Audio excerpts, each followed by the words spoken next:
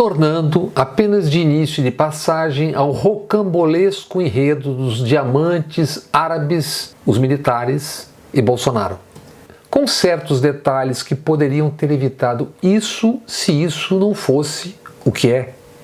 No UOL, a José Roberto de Toledo e Alberto Bombig, o ex-ministro da Fazenda Rubens Recupero sugeriu o que isso é. A gente não pode afirmar, mas aquilo que parece um determinado animal, tem cheiro no animal, né? Rosna como aquele animal, normalmente é aquele animal, né? Tem um sabor de propina, né? Tem sabor de propina. Agora, para quê? Eu também não tenho a menor ideia, né? Um presente dessa natureza não é jamais dado por um país sério, nem recebido por um país sério. Lembra o diplomata Recupero, ex-embaixador do Brasil em Washington, nos Estados Unidos. Se fossem sérios personagens e presentes desse folhetim policial, bastaria enviar presentes pelo malote diplomático, que é isento de checagem e de declaração à Receita. Mas isso, no caso em questão, exigiria que eventual diplomata fosse corrupto e cúmplice. E notável o trabalho dos rapazes da Receita Federal, em vários momentos agindo à revelia da chefia, porém fiéis à lei e à Constituição. Mas a se notar que algo a mais também poderia ter sido feito. Segundo a legislação aduaneira, se um bem não foi declarado, se pode fazer apreensão e se dar o perdimento. O perdimento está no Decreto-Lei 1455, de 7 de abril de 1976, no inciso 2 do artigo 23. A partir da apreensão e perdimento, a Receita poderia doar para o que ou para quem quisesse, desde que com objetivo compatível. Exemplos: doar para o Estado brasileiro, para uma entidade beneficente qualquer ou o Fundo da Amazônia. Ainda da Receita Federal, a Instrução Normativa número 59 tratava de casos referentes a militares e civis. Essa instrução foi editada a 3 de julho de 1997 e focava em bens trazidos por militares, mas também por civis. Mas essa instrução foi revogada em 2010. O que tivemos em 2021 e agora explodiu é isso aí. Um escândalo internacional, ora sob investigação da Polícia Federal e Ministério Público.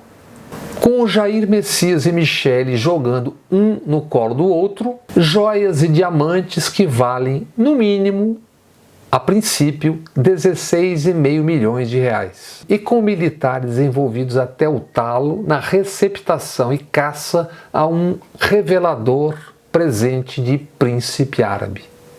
A 25 de outubro de 2021, dia em que o almirante Bento Albuquerque encerrava sua viagem lá na Arábia Saudita, Bolsonaro almoçava em Brasília com Ali Abdullah Baitman, o embaixador da Arábia Saudita no Brasil. Tudo sincronizado. Bolsonaro foi almoçar na embaixada no Lago Sul, na capital do Brasil. No Regabof, presentes outros diplomatas de países do Oriente Médio, membros do Conselho de Cooperação do Golfo. Atuação de destaque neste enredo, no capítulo Caça aos Diamantes Retidos, teve outro importante militar. O tenente-coronel do Exército Mauro Cid, filho do general Mauro César Lorena Cid, que foi companheiro, colega de Bolsonaro em cursos para oficiais. Cid, o filho, ajudante de ordens de Bolsonaro. Na presidência, Cid tornou-se um faz-tudo do Messias. Uma espécie de Queiroz com farda. A do Exército, não a farda da PM do subtenente reformado Fabrício Queiroz. Queiroz, o faz-tudo civil dos Bolsonaro. Cid, o filho, como Queiroz, mexia também com contas e dinheiro dos Bolsonaro, no caso via cartões corporativos da presidência da República. Poder tamanho que nos recentes debates presidenciais, Cid carregava o exército para o coração da política. Para dar conselhos ao candidato a presidente, Cid subia no palco fardado. Mais do que nunca, as imagens falando e revelando tudo. Essa imagem resume e torna concreto um tempo, mais um, em que militares se meteram na política, buscando o de sempre, tutelar o país. E se com poder vem as benesses, quem há de recusar? Militares espalhados por federações como a Fiesp em São Paulo, em tribunais e que tais. Vejamos, por exemplo, um Tribunal de Contas do Estado, o TCE do Rio de Janeiro, que tem 7 conselheiros efetivos e 3 substitutos. Um tribunal que ajuda a entender e explicar o Rio de Janeiro. Rio de Janeiro, que tem a maior base de militares ativos e inativos do país. No momento, o Tribunal de Contas do Estado do Rio abriga 10 militares empregados e mais 3 já estão com contratação na mesa. Portanto, no TCE do Rio, uma força correspondente a um grupo de combate e uma esquadra, com 13 elementos. 13 militares, se somado o novo desembarque de outros 3 já programado. Outros 2 militares serviram no TCE e já saíram, com salários chegando a até R$44 mil por mês, variação de 15 mil a 44 mil. O general de divisão 3 estrelas, Laélio Soares de Andrade, é chefe do gabinete da presidência do TCE do Rio. Em 2018, quando o general Braga Neto era interventor militar no Rio, Laélio foi o secretário de administração. O capitão Vitor Mormello Júnior é assessor especial da presidência do TCE. O coronel Carlos Frederico Gomes Sinelli é diretor de Relações Institucionais. Durante a intervenção de 2018, com Braga Neto tornado governador, o coronel Sinelli falava como porta-voz do Comando Militar do Leste. O coronel Guilherme Lima Torres Sanguineto é coordenador setorial de inteligência no TCE do Rio. Já o Major Mauro Macedo Machado vem a ser assessor especial de diretoria de segurança institucional. Também Coronel Ricardo Correia Leão é também assessor especial da diretoria de segurança institucional. Também Coronel Heracles Zilo é o coordenador setorial de transportes. Isaías Martins Júnior, da mesma forma coronel, é coordenador geral de administração e gestão de contratos. Certamente a essa coordenação de contratos deve ter sido dirigida uma pergunta em junho passado. Num estado com graves problemas financeiros e sociais, por qual razão o Tribunal de Contas queria gastar R$300 mil em um livro e na distribuição de medalhas e moedas comemorativas? Contemplada no TCE também a FAB, a Força Aérea Brasileira. Recém-nomeada assessora da Secretaria-Geral da Presidência, a tenente da FAB, Grace Guindani Vial. Já com os nomes na casa, mas como ainda não assumiram, apenas o prenome de mais 3 militares que estão desembarcando no TCE. Maria, coronel do Exército, e os tenentes, também do Exército, Anderson e Antônio. Outros 2 militares serviram no TCE desde 2021, mas já foram exonerados. O general Antônio Carlos de Souza, que foi diretor-geral de segurança no tribunal e que havia sido secretário adjunto de administração durante a intervenção no Rio em 2018. E o coronel Antônio Carlos Freire de Almeida, que foi assessor especial da diretoria de segurança. Por fim, mas não por último, o general André Luiz Silveira, agora o diretor-geral de segurança. A 31 de julho de 2020, o Exército respondeu ao Tribunal de Contas da União, o TCU, sobre por que motivo o Exército havia comprado insumos e estava produzindo cloroquina às pamparras.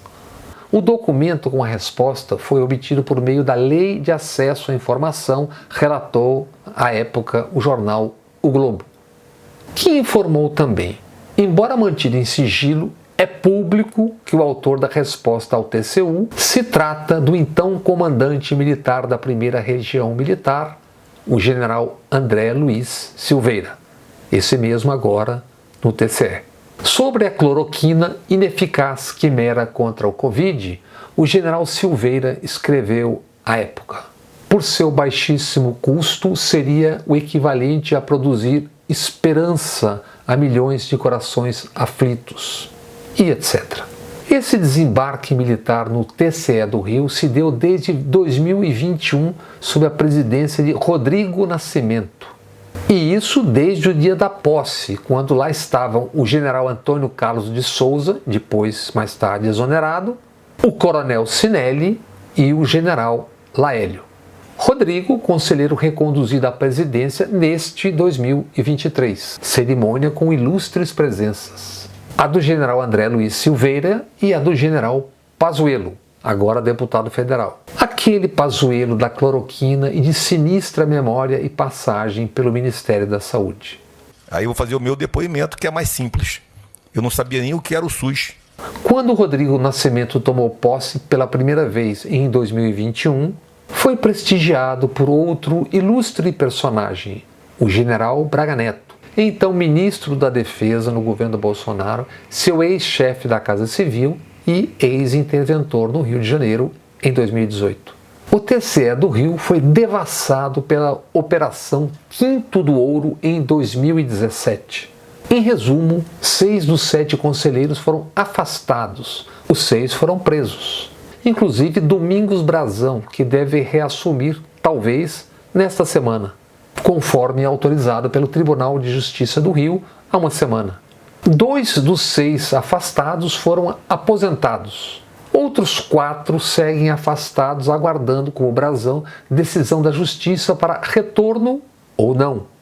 Mas os 6 seguem recebendo seus salários integralmente.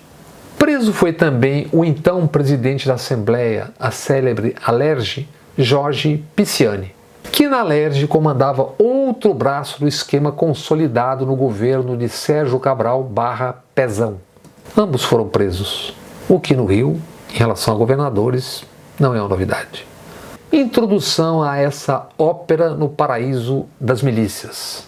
Jonas Lopes de Carvalho Júnior era o presidente do TCE no Rio em 2017. Seu filho, Jonas Neto, o Joninhas, foi preso antes, para que assim o Ministério Público pressionasse o seu pai. Jonas pai, que delataria demais cúmplices, segundo o Ministério Público do Rio. Joninhas era o tesoureiro das propinas, quem organizava e distribuía o Quinto do Ouro, as propinas. Teve até marchinha de carnaval cobrando propina. O conselheiro José Gomes Graciosa, via WhatsApp, enviou a marchinha cobrança com o refrão: cadê meu dinheiro? Cadê meu dinheiro? Cadê meu dinheiro? É chavão, um clichê a frase não existe vácuo no poder. Mas é um fato. No vácuo da intervenção militar no Rio em 2018, deu-se a reascensão dos militares país afora, novamente ocupando a política como um poder à parte, como se fossem uma casta. O TCE do Rio, certamente por específicos objetivos dos militares, é apenas outro locus, outro dos locais onde eles estão. O hoje ministro da Defesa, José Múcio Monteiro Filho, foi o presidente do Tribunal de Contas da União. Militares foram o poder no Rio em 2018, com resultados conhecidíssimos. Conhecidos também os resultados no Brasil da era militares e Bolsonaro, ou vice-versa. O escândalo Diamantes das Arábias é uma espécie de coroação simbólica dessa era. Também no TCE Rio seguem os militares, porque, afinal, ninguém é de ferro. O almirante Bento Albuquerque, por exemplo, pós-Diamantes, ele tem gerado desconforto na Odebrecht. Sim, desde novembro último, o almirante integra o Conselho de Administração da Odebrecht. Visto esse entrecho da história recente, mesmo à distância se compreende surtos de inspiração como os de Jojo Todinho. Que tiro foi esse? Que tiro foi esse? Quem tá lá?